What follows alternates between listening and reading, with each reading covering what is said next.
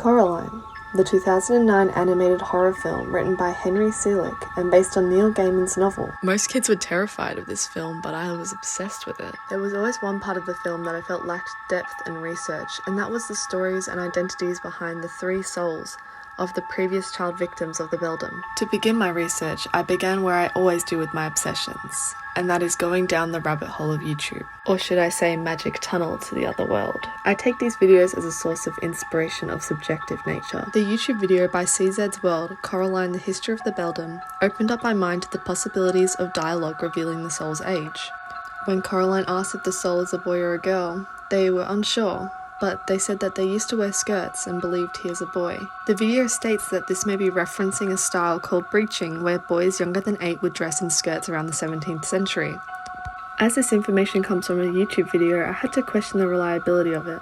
To do so, I listened to the audiobook read by the author, Neil Gaiman, as this is highly reliable as it's the original text being presented exactly how Gaiman intends as he reads it. It's basically a primary source. Throughout the reading, I noticed other words said by the souls, such as governess, scullery, and taint. Using Google Ngram Viewer, I was able to research the occurrence of these words in publications over the centuries, and found original peaks in all the words to be around the 1720s to 1780s. Thus, the potential for the original child victim to be from the Gregorian period is highly likely, as this is also when breeching from the YouTube video was a common practice.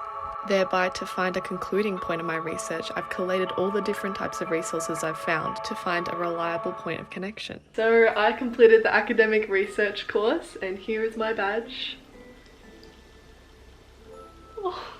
A key thing I learned about academic research is that it is great to include other people's ideas, as it can enhance your work and your knowledge. However, you need to ensure that you are not plagiarizing when doing this, even if it's unintentional, because consequences still apply. Something that really interests me about YouTube is the idea of true authenticity and how most YouTubers strive to have this, but is it really ever possible to attain? Once amateur YouTubers, in the eyes of viewers, start getting sponsorships and brand deals, how this perspective of them changes as they become more professional. I've been waiting to answer this question again in one of our vlogs, and that is what has been an important source of media for me this week. RuPaul's Drag Race.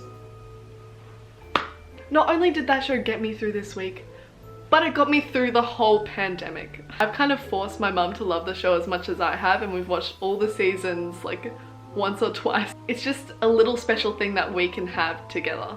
This show gives me so much energy, and it also touches on so many important ideas about working in a creative field, and that no matter how tough it is, no matter how many people judge you or shun you for what you do, as long as you are proud and you can defeat your inner saboteur, then you can go places. Mum, what does Shangela say? Hallelujah!